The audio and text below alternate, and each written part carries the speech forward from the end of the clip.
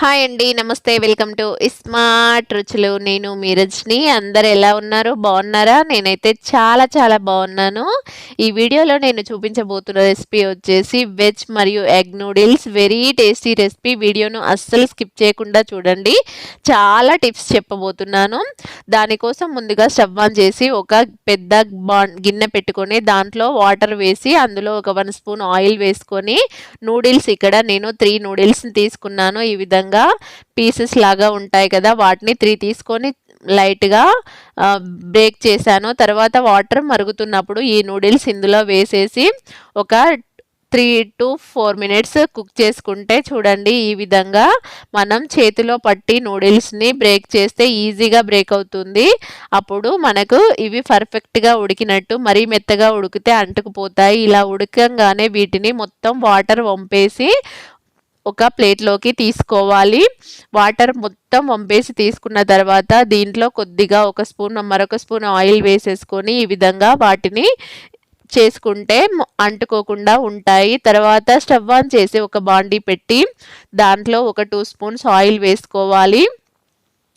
Oil వేసుకున్న తర్వాత దీంట్లో కట్ చేసి పెట్టుకున్నటువంటి పచ్చిమిర్చి ఒక 4, ఒక పెద్ద ఉల్లిపాయ సన్నగా పొడవు కట్ చేసుకోవాలి. తర్వాత ఒక క్యారెట్, ఒక క్యాప్సికమ్ని కూడా ఈ విధంగా సన్నగా కట్ చేసి వేసుకొని, అదేవిధంగా ఒక చిన్న ముక్క క్యాబేజీని కూడా ఈ విధంగా వేసుకొని ఇవి మొత్తం ఫ్రై చేసుకోవాలి. కలుపుతూ ఫ్రై చేసుకోవాలి.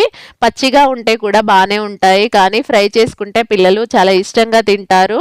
తర్వాత మూత పెట్టి కొద్దిసేపు ఇవి పక్కన ఫ్రై అవుతుండగా మరొక ప్యాన్ పెట్టుకొని దాంట్లో ఒక 1 స్పూన్ ఆయిల్ వేసుకొని ఒక 2 ఎగ్స్ని ఈ విధంగా బీట్ చేసి ఆమ్లెట్ లాగా వేసుకోవాలి. ఈ విధంగా ఆమ్లెట్ లాగా వేసుకున్న తర్వాత దీనిని చిన్న చిన్న ముక్కలుగా ఈ విధంగా బ్రేక్ చేయాలి. బ్రేక్ చేసి అదే మనం వెజిటేబుల్స్ వేసిన ప్యాన్లోనే ఎగ్ కూడా వేసుకోవచ్చు, కానీ పర్ఫెక్ట్గా రాదేమో అనేసి నేను ఈ విధంగా వేసాను. తర్వాత మనం రెడీ చేసుకున్న ఆమ్లెట్ ముక్కల్ని ఇందులో వేసేసుకొని మొత్తం ఒకసారి ఈ విధంగా కలుపుకోవాలి. కలుపుకున్న తర్వాత దీంట్లో తగినంత సాల్ట్ వేసుకోవాలి.